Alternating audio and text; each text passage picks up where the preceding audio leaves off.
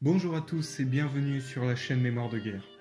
A l'occasion de l'achat d'un insigne du 1er bataillon de chars de combat, je souhaitais revenir sur le parcours d'un aïeul qui servit dans les chars lors de la campagne de 1940. Joseph est né dans le Maine-et-Loire en 1913. Mécanicien de profession, il travaille dans un petit garage de la région après avoir quitté les bancs de l'école. Appelé sous les drapeaux pour son service en 1935, il est affecté au 505e régiment de chars de combat de Vannes. Il est ensuite affecté au 510e, stationné à Chalon-sur-Marne, à compter du 1er juillet 1935. Joseph est envoyé à l'école d'application de l'infanterie et des chars à Versailles à partir d'octobre, sûrement pour parfaire sa connaissance du matériel. Il apprend d'ailleurs le morse à cette époque. Le jeune soldat est nommé caporal le 6 novembre et reste à l'école d'application renommée Centre d'instruction des chars de combat en décembre 1935.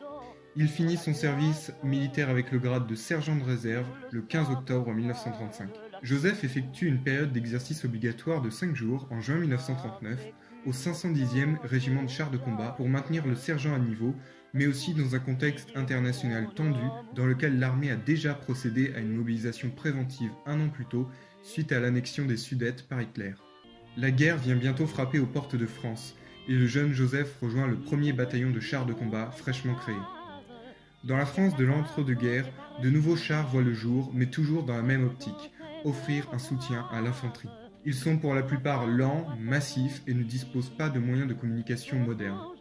D'abord regroupée au sein de régiments, l'armée décide, en août 1939, de dissoudre toutes les formations afin de créer des bataillons de chars de combat, ou BCC. Ces BCC sont éparpillés sur la ligne de front, affectés aux armées qui les usent comme bon leur semble, le plus souvent en soutien et les employant par groupes restreints, par compagnie, voire même par section. Ces utilisations isolées rendent les tankistes d'autant plus vulnérables aux attaques aériennes ou anti-chars. La France ne dispose donc pas à la mobilisation d'unités blindées groupées comme les divisions blindées que l'on retrouve outre-Rhin. Les Français ont pourtant autant de blindés que la Wehrmacht et pour certains supérieurs à leurs homologues germains. Plus qu'un manque de moyens ou de matériel efficace, c'est la tactique d'emploi qui a tué l'arme blindée et la création tardive de 2 puis 3 divisions de cuirassés n'y changera rien. Le premier BCC est issu du 501e régiment de chars de combat de Tours. Comptant 577 officiers et hommes de troupe en février 1940, le bataillon est équipé de chars Renault R-35. Ce char, solidement blindé et robuste, présente néanmoins de nombreux défauts.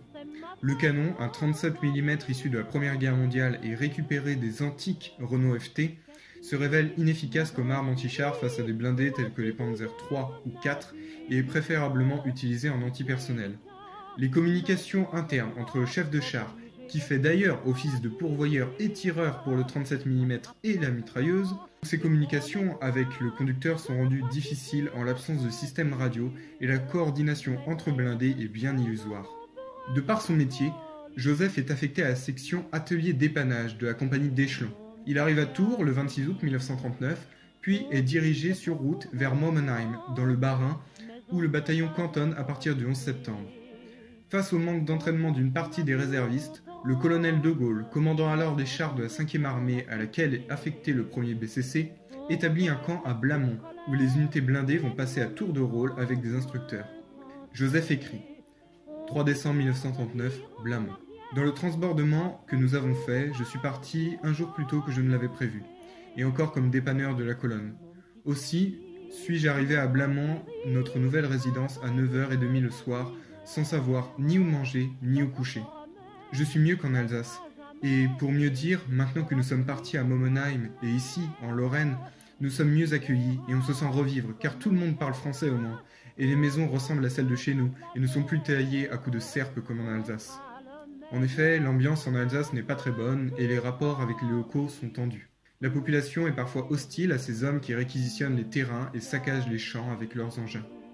De plus, beaucoup ne parlent que le patois local, ce qui accentue le décalage entre les deux groupes. 4 décembre 1939. Il m'arrive d'en être complètement excédé de tous leurs ordres et contre-ordres pour une seule et même chose, et surtout ne jamais savoir alors que tout le monde travaillerait mieux et plus vite si plus souvent nous savions où ils veulent en arriver au lieu de défaire pour ensuite refaire ce que l'on vient de finir parce que ces messieurs n'avaient pas prévu ceci ou cela. Enfin, on a toujours vu des choses stupides dans ce métier et nous nous étonnons pas outre mesure. Durant l'hiver, la compagnie d'échelon installe ses ateliers dans le couvent de Rheinacker à Rothenburg, dans le Bas-Rhin. Les nonnes s'accommodent de cette présence militaire et préparent les repas pour la troupe. Les bâtiments sont froids et l'hiver 39 est particulièrement rigoureux. Le travail extérieur est donc limité au minimum. Pour Joseph, la situation a de quoi faire rire, et il parle des mécaniciens sales, jurant, comme une tâche au milieu de ce monde religieux. La drôle de guerre s'éternise et l'enthousiasme des débuts s'efface peu à peu. Les hommes du premier bataillon construisent un foyer de détente où de petits concerts, pièces de théâtre et projections de films sont organisés. 10 décembre 1939. Après le dîner, je suis allé au cinéma avec des camarades, voir un film de notre marraine, ou pour mieux dire de la marraine du premier BCC, Arletty. Film abominable sous toutes les formes et immoral en plus de cela. Donc tout pour déplaire, surtout pour un jossiste. Aussi, tellement ce film me plaisait, je me suis endormi, et mon camarade a dû me réveiller au moment du départ. 7 janvier 1940. Avant-hier, nous avons eu la visite du colonel de Gaulle, commandant les chars de la 5e armée, qui, s'il a reconnu que nous étions bien mal pour travailler, n'en a pas moins déclaré que nous allions établir là nos quartiers d'hiver, et nous ne prévoyons pas le départ maintenant. Donc, adieu notre beau rêve. 16 janvier. C'est fort souvent que le travail dans l'armée est ennuyeux, et pour bien des raisons. D'abord, manque d'outillage, ensuite, mal commandé. On nous fait démonter des châssis qui n'ont rien, laisser des pièces usagées qu'il faudrait remplacer, et alors, la conscience de l'ouvrier qui sait travailler se révolte, et il rouspète. Ensuite, il faut courir d'un travail à l'autre, au lieu d'en finir un d'abord.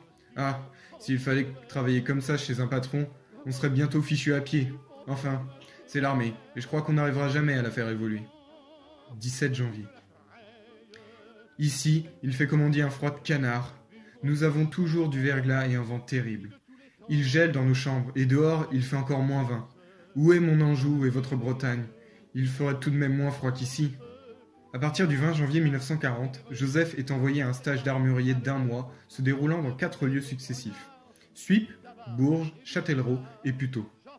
Il passe alors le plus clair de son temps à noircir des cahiers, ce qui n'est pas sans lui rappeler quelques lointains souvenirs. Il a des cours de chimie, d'explosifs et quelques exercices techniques. Le bataillon, quant à lui, est de nouveau cantonné en Alsace, et il attend. De nombreuses reconnaissances sont effectuées pour préparer le futur champ de bataille. Le sort en décide autrement, et le déclenchement de l'attaque allemande, le 10 mai 1940, met en alerte les hommes des chars. Les hommes de la compagnie d'échelon sont dirigés avec le personnel roulant sur Noyon, dans l'Oise, tandis que les chars suivent sur des rails. Les chars sont engagés à partir du 5 juin 1940, et combattent fièrement, ne laissant que des chars hors combat à l'ennemi jusqu'à l'armistice. Sur les 45 chars du bataillon, seuls 3 seront en état de marche en juillet 1940. Le premier BCC s'est battu jusqu'au bout dans des conditions difficiles, assurant constamment le repli d'unités d'infanterie débordées par l'avancée allemande et tenant ses positions jusqu'au bout. Les hommes n'ont pas démérité. Joseph, démobilisé, retourne à Angers en juillet 1940 et retrouve sa fiancée avec laquelle il se marie peu après. L'insigne du premier BCC est fabriqué par Artus Bertrand à Paris et est livré dès le début de la guerre. On y retrouve un heaume qui surmonte 2 canons croisés, emblème également cousu ou épinglé sur les bérets des hommes des chars. En son centre, l'insigne présente une salamandre, tête tournée sur la gauche, crachant du feu. L'animal est devenu, dès 1917, l'un des emblèmes de l'artillerie spéciale et donc plus tard des chars de combat. Celle-ci est entourée d'une couronne de laurier qui lui est souvent associée. Enfin, on retrouve l'inscription « Bataillon de chars » et le chiffre 1 dans un écu bleu, couleur traditionnelle des premiers bataillons dans l'armée française. Voilà, j'en ai fini avec cette vidéo sur les chars de combat, j'espère que cela vous aura plu, et pourquoi pas appris quelques petites choses sur cette partie de la campagne de France que l'on connaît finalement assez peu. Je vous retrouve au plus vite dans une prochaine vidéo, à bientôt.